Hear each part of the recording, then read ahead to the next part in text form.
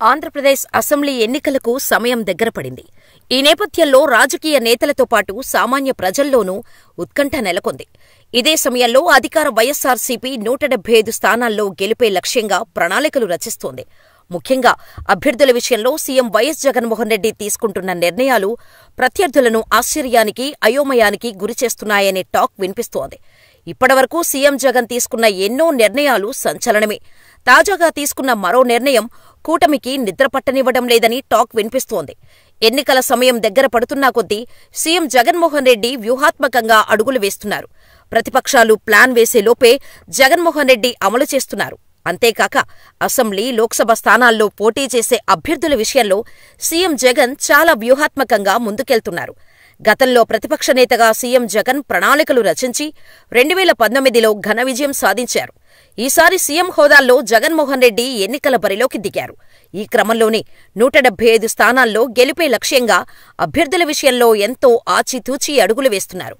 అందుకే గెలుపు గుర్రాలనే రంగంలోకి దింపాలనేది సీఎం జగన్ ఆలోచన. అలాగే సామాజిక వర్గం, స్థానికంగా ఉండే అనుకూల అంశాలతో పాటు ఇతర అంశాల ప్రాతిపదికన అభ్యర్థులను సీఎం జగన్ ప్రకటిస్తున్నారు.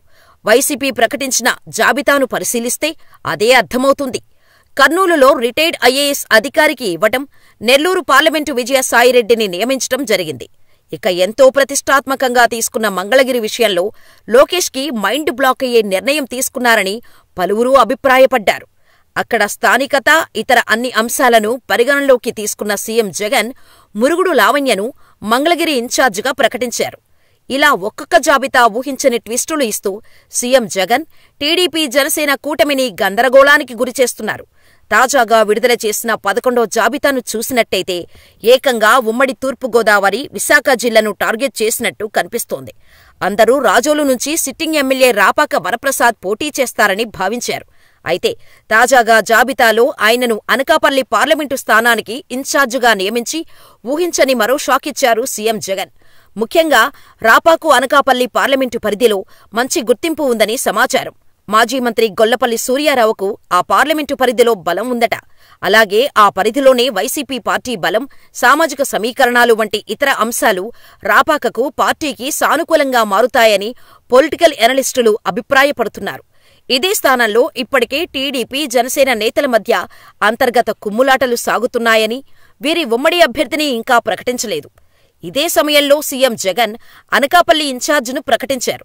అలాగే రాజోలు అసెంబ్లీ స్థానాన్ని ఎలాగైనా కైవసం చేసుకోవాలనుకున్న జనసేన, టీడీపీ కూటమి కూడా గట్టి షాకిచ్చారు సీఎం జగన్. ఇక్కడ వైసీపీ ఇన్ఛార్జిగా ఇటీవల పార్టీలో చేరిన మాజీ మంత్రి గొల్లపల్లి సూర్యారావును అధిష్టానం ప్రకటించింది.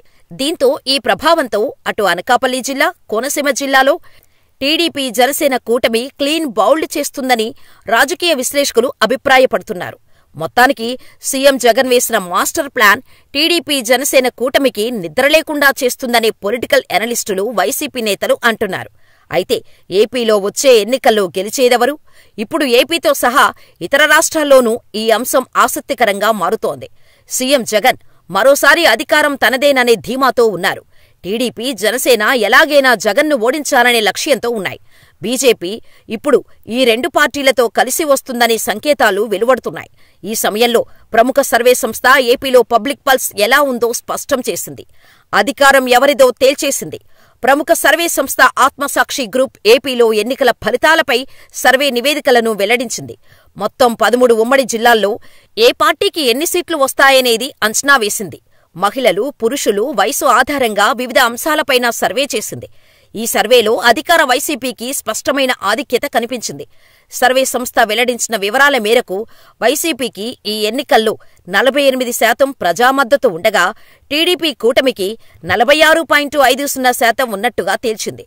ఇతరులు 3.25% ఉండగా సైలెంట్ ఓట్ ఫ్యాక్టర్ 2.25%గా నిర్ధారించింది. వైసీపీకి 106 నుంచి 110 స్థానాలు, టీడీపీ, జనసేన కూటమికి 64 నుంచి 68 స్థానాలు వస్తాయని అంచనా వేసింది. అదే టీడీపీ, జనసేన, బీజేపీ కూటమిగా పోటీ చేస్తే వైసీపీకి 49%, టీడీపీ కూటమికి 45%, ఇతరులు 4%, సైలెంట్ ఓట్ ఫ్యాక్టర్ 2%గా పేర్కొంది.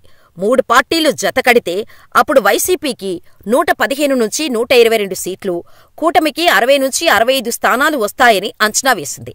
ఇదే సమయంలో జిల్లాల వారీగానూ లెక్కలు స్పష్టం చేసింది. శ్రీకాకుళంలో వైసీపీకి 5, కూటమికి 3, 2 స్థానాల్లో కీన్ కంటెస్ట్ ఉండనుంది. ఇక విజయనగరంలో వైసీపీ 7, కూటమి 2 సీట్లు దక్కించుకుంటాయి. విశాఖ జిల్లాలో వైసీపీ 7, కూటమికి 5, హోరాహోరీ 3 స్థానాల్లో ఉండనుంది. తూర్పుగోదావరిలో వైసీపీ 10, కూటమి 7, 2 స్థానాల్లో కీన్ కంటెస్ట్ ఉంటుందని అంచనాగా వెల్లడించింది. పశ్చిమ గోదావరిలో వైసీపీ 7, కూటమి 4, మరో 4 స్థానాల్లో గట్టి పోటీ ఉంటుందని పేర్కొంది. కృష్ణా జిల్లాలో వైసీపీ 6, కూటమి 5, 5 స్థానాల్లో హోరాహోరీ ఉండనుంది. గుంటూరులో వైసీపీ 7, కూటమి 7, 3 స్థానాల్లో కీన్ కంటెస్ట్ ఉండనుంది. ప్రకాశంలో వైసీపీ 5, కూటమి 5, 2 చోట్ల హోరాహోరీగా పేర్కొంది. నెల్లూరులో వైసీపీ 5, కూటమి 4, 1 స్థానాల్లో గట్టి పోటీ కనిపిస్తోంది. కడపలో వైసీపీ 8, కూటమి 1, 1 స్థానంలో హోరాహోరీ పోరుగా పేర్కొంది. కర్నూలులో వైసీపీ 10, కూటమి 3, 1 స్థానంలో కీన్ కంటెస్ట్ ఉంటుందని అంచనా వేసింది. అనంతపురంలో వైసీపీ 7, కూటమి 3, హోరాహోరీ మరో 4 స్థానాల్లో ఉందని వెల్లడించింది. చిత్తూరు జిల్లాలో వైసీపీ 9, కూటమి 4, కీన్ కంటెస్ట్ 1 స్థానంలో ఉందని పేర్కొంది. ఈ నెల 5వ తేదీ వరకు క్షేత్రస్థాయిలో చేసిన సర్వే ఆధారంగా ఈ ఫలితాలను సర్వే సంస్థ వెల్లడించింది. మొత్తానికి జగన్ దెబ్బకి కూటమి కుప్పకూలిపోతుందనే కామెంట్స్ నెటిజన్స్ నుండి వినిపిస్తున్నాయి.